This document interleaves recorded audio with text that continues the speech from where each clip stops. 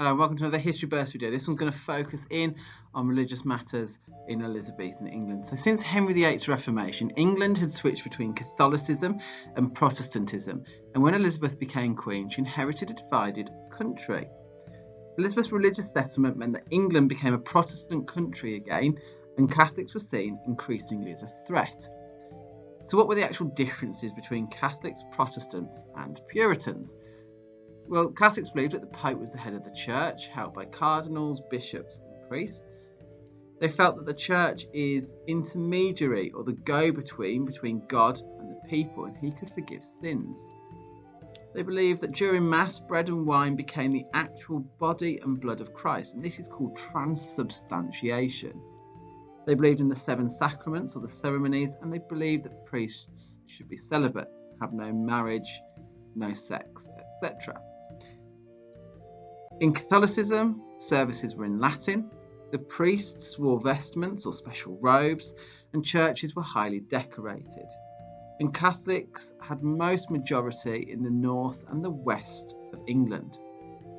For the Protestants, there was no pope. The monarch was the head of the church, and it might be necessary then to have bishops and archbishops.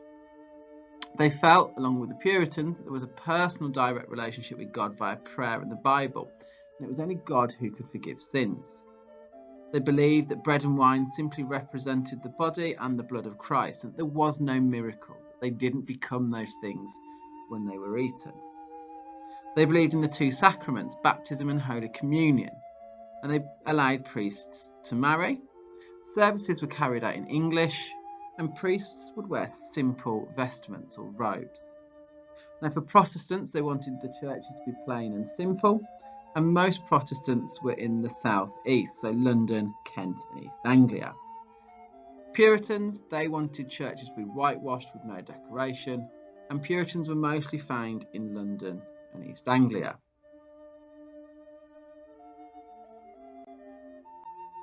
The Reformation divided the Christian church between Catholics and Protestants from 1532 onwards. Now, Catholics remained true to the Catholic Church in Rome, led by the Pope, while Protestants no longer recognised the Pope's authority.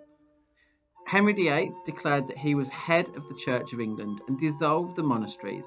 However, many of Henry's religious beliefs were still Catholic. Edward VI moved England further towards Protestantism, whilst Mary Tudor made England Catholic once again. From the 1530s, many Protestants came to England to escape persecution in Europe, and they settled in London, East Anglia and Kent. The north of England remained largely Catholic, and there was a risk that Catholics in the north could rebel in order to overthrow Elizabeth and restore Catholicism.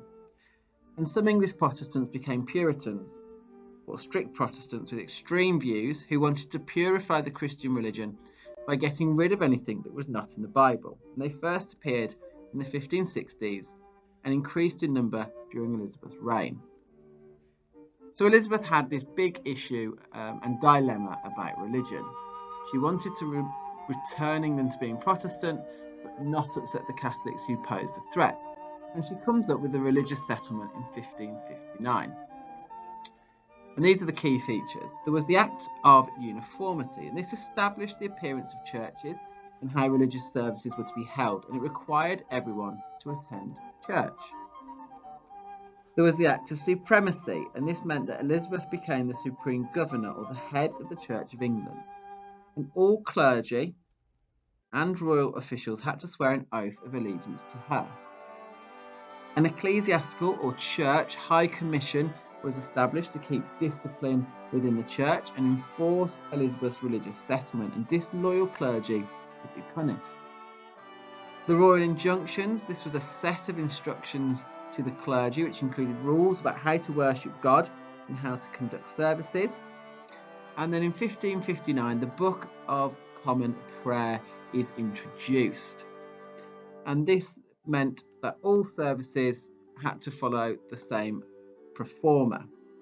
The clergy had to follow the prayer book during services or they would be punished. The Northern Rebellion of 1569 to 70, sometimes called the Revolt of the Northern Ireland, was a key turning point in Elizabeth's reign. But why did they rebel? For the Northern Earls and their followers wanted to make England Catholic again. They especially resented the appointment of James Pilkington, a Protestant, Bishop of Durham in 1561. The Earls had lost much of their influence at court under Elizabeth, and they resented the new men such as William Cecil, John Porter, and Robert Dudley. Elizabeth's refusal to name an heir or to marry and have a child created uncertainty, and the Earls feared civil war and a loss of power and wealth under a future Protestant monarch. The rebels of 1569 to 70 included Thomas Percy, the Earl of Northumberland, a major Catholic northern landowner, his wife Anne Percy, Charles Neville, the Earl of Westmoreland, a major Catholic northern landowner, Jane Neville, the wife of Charles Neville and the Duke of Norfolk's sister, and Thomas Howard, the Duke of Norfolk, a senior noble who was raised Protestant with family links to the old northern Catholic families. He planned to marry Mary, Queen of Scots, Elizabeth's Catholic cousin, with a claim to the English throne, who posed a significant threat to Elizabeth. And the last key player is Mary, Queen of Scots herself. So the plan was that Mary would marry the Duke of Norfolk and remove Elizabeth and become Queen herself.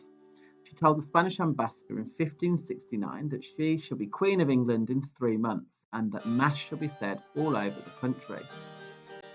Robert Dudley told Elizabeth of the plan, leading to Norfolk's arrest and imprisonment in the Tower.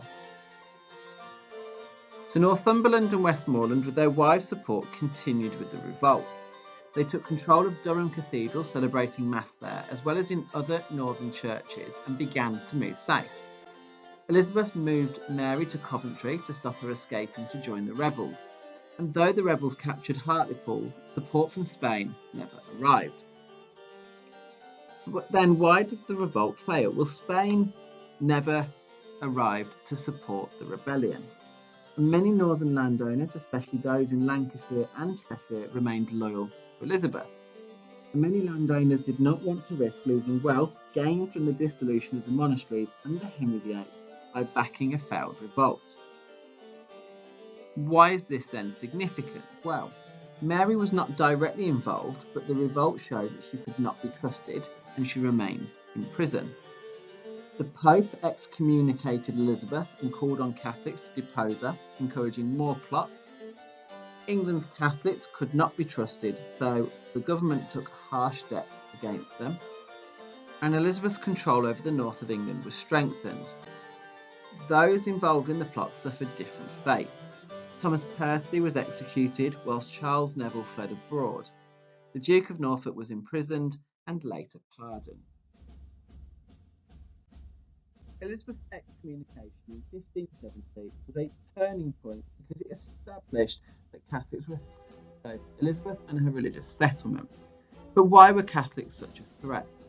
Well, Catholics owed their allegiance to the Pope rather than the Queen, and they were therefore seen as disloyal to Elizabeth. Religious wars in Europe and the massacre of Protestants, especially in France and the Spanish Netherlands, caused many Protestants to worry they would be treated similarly if Catholicism were restored in England. And people had not forgotten Mary I's brutal treatment of Protestants, and many were burned alive. Catholics were active in plots and rebellions against Elizabeth, both in England, the Northern Rebellion, and Ireland, such as the Desmond Rebellions of 1569 to 73 and 1579 to 1583. And the Catholic threat was greatest in the 1570s and 1580s, when there were a number of plots and conspiracies against Elizabeth. So the Papal Bull of Excommunication of 1570. Its full title, Regnus in Excelsis, meaning reigning on high. It was a papal bull issued by Pope Pius V on the 25th of February 1570. It declared Elizabeth a heretic, or someone who openly disagrees with approved church teachings, calling her the pretended Queen of England and the servant of crime. It released all Elizabeth's subjects from allegiance or loyalty to her. They no longer had to obey their queen. And Pope Gregory VIII suspended the bull in 1580, but Pope Sixtus V renewed it in 1588. So the Papal Bull encouraged Catholic states such as France and Spain to believe they could make war on England and support plots to overthrow Elizabeth as monarch. English treatment of Catholics became more severe, and it encouraged further plots against Elizabeth centred on Mary, Queen of Scots.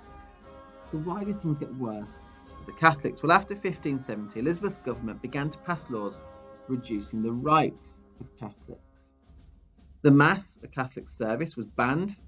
Devotional items such as rosary beads were treated with suspicion. Recusants, or someone who refused to attend Church of England services on the grounds that they were heretical against the true teachings of the Catholic Church, became fined heavily. And Catholic priests were arrested and were often tortured before being executed. Catholics were now seen as the enemy within and were closely monitored. For example, Francis Walsingham intercepted their correspondence to uncover plots against Elizabeth. As we've just mentioned, the Catholic threat to Elizabeth intensified after 1570, and the Ridolfi plot of 1571 was one of a number of Catholic plots against her. Then in 1580, the Catholic mission Church. So the Ridolfi plot. Roberta Ridolfi was an Italian banker who lived in England and worked for the Pope. In 1521, Ridolfi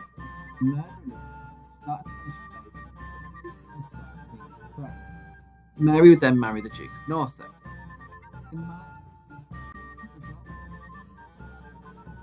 In Spain and the Duke of Alba in the Netherlands, which was controlled by Spain. Ridolfi had a letter signed by the Duke of Norfolk in which Norfolk declared himself a Catholic and pledged to lead the rebellion with Philip II's support. Philip II instructed the Duke of Alba to prepare 10,000 troops and send these across the English Channel in support of the revolt. Sir William Cecil discovered the plot and, by autumn of 1571, was able to prove that Norfolk was guilty of high treason, plotting against Elizabeth, and Ridolfi never returned to England. When Parliament met in the May of 1572, it demanded the execution of both Norfolk and Mary, Queen of Scots. Elizabeth signed Norfolk's death warrant, leading to his execution in June 1572. However, Elizabeth was reluctant to punish Mary and refused to remove her from the succession. Executing Mary would further anger English Catholics and might unite France and Spain, Europe's two big Catholic monarchies, against her. So what was the significance of this plot? Well, it confirmed that English Catholics and Mary, Queen of Scots remained a threat to England. It reinforced the threat from Spain, as Philip II would support any plots against Elizabeth. The threat from Spain meant that England needed to improve relations with France, as England could not fight both countries at once. And the government now began to monitor Catholics more closely and treat them more severely. And two laws passed in 1581 meant that families could be fined for sheltering priests and charged with treason if they converted people to Catholicism. We're going to look at Edmund Campion and his Jesuit mission. In 1580, Jesuit missionaries led by Edmund Campion and Robert Persons arrived in England from Europe, aiming to restore Catholicism. Now, a Jesuit is a Catholic from Spain that essentially wants to come and convert the population back to Catholicism. Campion and Persons were English Catholics who'd spent time abroad, and they began to preach and to distribute leaflets. They claimed their motives were purely religious. The mission was very secretive, and Catholic priests had to hide in priest holes, often hidden spaces within houses, so they would not be discovered. However, Campion insisted on recusancy. Catholics must not attend Protestant services, and this challenged Elizabeth's position as the head of the Church in England. Their punishment was severe. 130 priests, including Campion, were charged with treason. Campion was hung, drawn, and quartered in December of 1581. 64 Catholic priests were executed between 1581 and 1588, and some priests were persuaded to become government informers, leading to further arrests of Catholics by the authorities. And this treatment shows that English Catholics, particularly Jesuits, were now seen as the greatest threat to Elizabeth. There were two further plots, the Throckmorton and the Babington plots, which were again organised by Catholics against Elizabeth. So the Throckmorton plot of 1583. The plot was that the French Duke of Guise, a cousin of Mary Queen of Scots, plotted to invade England and overthrow Elizabeth, free Mary, and make England Catholic again. Philip II offered to help pay for the revolt, and the Pope approved of the plan. Francis Throckmorton, a young Englishman, would pass letters between the plotters and Mary. Sir Francis Walsingham, Elizabeth's Secretary of State, discovered the plot in 1583. And in November 1583, Walsingham's spies found papers at Throckmorton's house revealing his part in the conspiracy. Now, he was arrested and tortured and confessed and was executed in May 1584. This was significant because it revealed the extent of the Catholic threat from foreign Catholic powers such as France and Spain, and English Catholics and Mary Queen of Scots. Throckmorton's papers included a list of Catholic sympathisers in England. The government now treated English Catholics with greater suspicion, and many left England. Others were imprisoned, watched, or kept under house arrest. An Act of Parliament of 1581 made helping Catholic priests punishable by death. Then we have the Babington plot of 1586. Again, the Duke of Guise planned to invade England, murder Elizabeth, and put Mary Queen of Scots on the throne. And again, Philip II and the Pope supported the plot. Anthony Babington, a Catholic, wrote to Mary in July 1586 about the conspiracy. Sir Francis Walsingham intercepted and read Babington's letters to Mary, which clearly demonstrated her involvement in the plot. Babington and the plotters were sentenced to death and were hung, drawn and quartered. In October of 1586, Mary was sentenced to death for her part in the plot. Elizabeth delayed but signed Mary's death warrant in February of 1587, and Mary was beheaded shortly afterwards. So what's the significance? Well, Elizabeth's situation was insecure, more so than with the previous plots, and this was because by 1585 England and Spain were close to war. The Treaty of Joinville meant England could no longer rely on France as an ally. Both French and Spanish Catholics were involved in the plot, which increased the threat. Elizabeth's government became determined to crush the Catholic threat, and the persecution of Catholics intensified. In 1585, 11,000 Catholics were imprisoned or placed under house arrest. In 1586, 31 priests were executed, and the execution of Mary Queen of Scots ended all hopes of replacing Elizabeth with a Catholic queen. So what were the consequences of this plot? Well, the government execution of Catholics deepened, and that was because no Catholic could be loyal to Elizabeth when their religion demanded they should be loyal to the Pope first. Laws passed against Catholics became stricter. For example, an Act of 1585 made sheltering a Catholic priest punishable by death. Catholic conspiracies were dealt with severely, and the threat posed by Catholics to Elizabeth and her religious settlement of 1559 was serious. Catholics were plotting with foreign powers to overthrow the Queen and return England to Catholicism. And Catholics became very secretive, and by the 1580s, Catholics sheltered priests in priest holes and conducted worship in secret. Another group that posed a threat to Elizabeth were the Puritans. Now, Puritan views varied. Some Puritans were relatively moderate and just wanted a simpler style of worship. Others, such as John Stubbs and Thomas Cartwright, wanted far-reaching changes that challenged the authority of Elizabeth's government. So who were the Puritans? Puritans were radical Protestants who wanted to purify the Christian religion by getting rid of anything that wasn't in the Bible. Puritans wanted to develop their own church, which would not be controlled by the Queen. There would be no bishops, and priests would not wear vestments. Now, vestments were special clothing worn by the clergy during worship. Puritans wanted to make the world a more godly place by banning sinful activities such as attending the theatre, gambling, and cockfighting. Puritans saw hard work and making money as a sign of God's favour. They expected the poor to work hard to get themselves out of poverty and not rely on charity. Puritans wanted a simpler style of worship, whitewashed churches and no graven images or worshipping of religious idols, including crucifixes and statues which were seen as ungodly and too Catholic.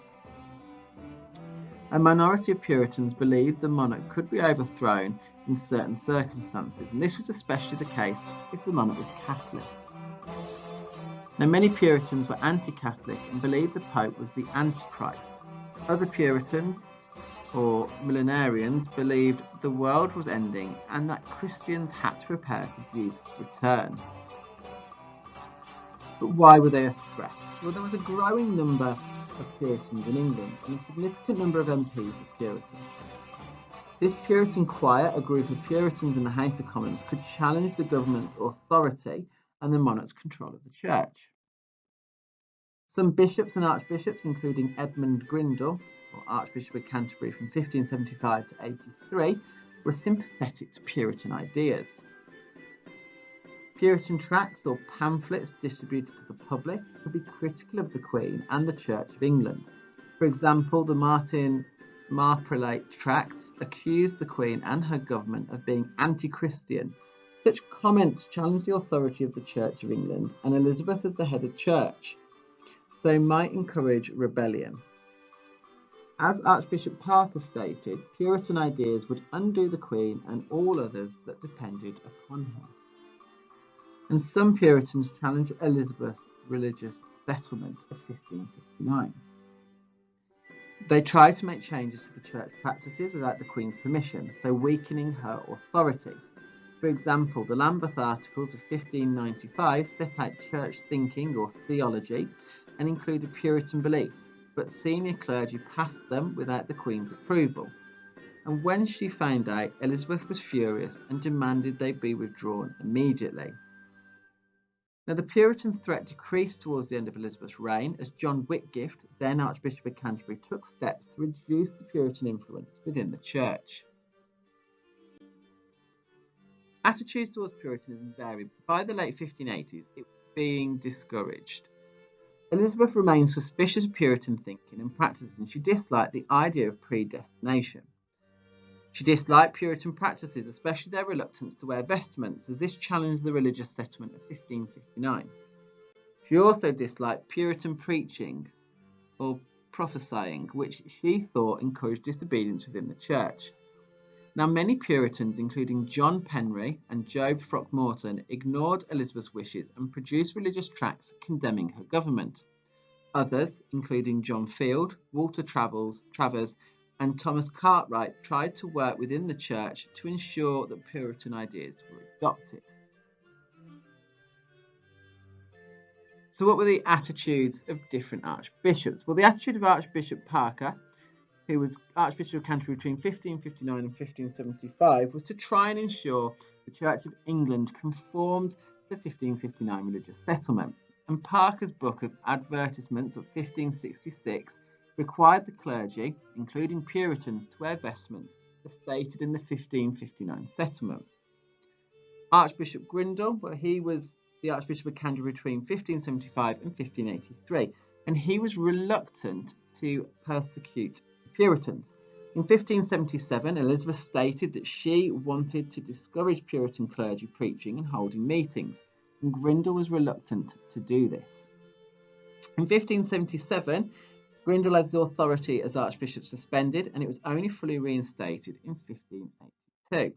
Now, many Puritans admired him for his willingness to stand up to Queen Elizabeth, while Archbishop Whitgift, who we're going to look at in a moment, opposed Puritans and introduced measures to end their religious practices. So John Whitgift was Archbishop of Canterbury between 1583 and 1604 and a Privy Councillor. He opposed Puritans, especially those who spoke out against Elizabeth in her religious settlement of 1559. He increased the powers of the Church Court of High Commission so the court could take action against Puritan clergy. In 1589, the court banned Puritan preaching in London parishes, and Puritan printing presses were closed down. He persuaded Parliament to pass the Act Against Seditious Sectaries of 1593, which made Puritanism an offence, and Puritans could no longer distribute leaflets promoting their ideas. Action was taken to silence Puritans. For example, Thomas Cartwright, a leading Puritan, was imprisoned because his ideas challenged the Act of Uniformity and the religious settlement of 1559. Another Puritan, Peter Wentworth, was imprisoned in the Tower in 1593 and died there. As Privy Councillor, Whitgift also helped ensure that the Puritans who supported separation from the Church of England were dealt with harshly. For example, John Greenwood and Harry Barrow were executed for this in 1593. Now, Whitgift's policies reduced the Puritan threat by the end of Elizabeth's reign. Join us next time as we look at Mary, Queen of Scots, and her involvement in Elizabethan England.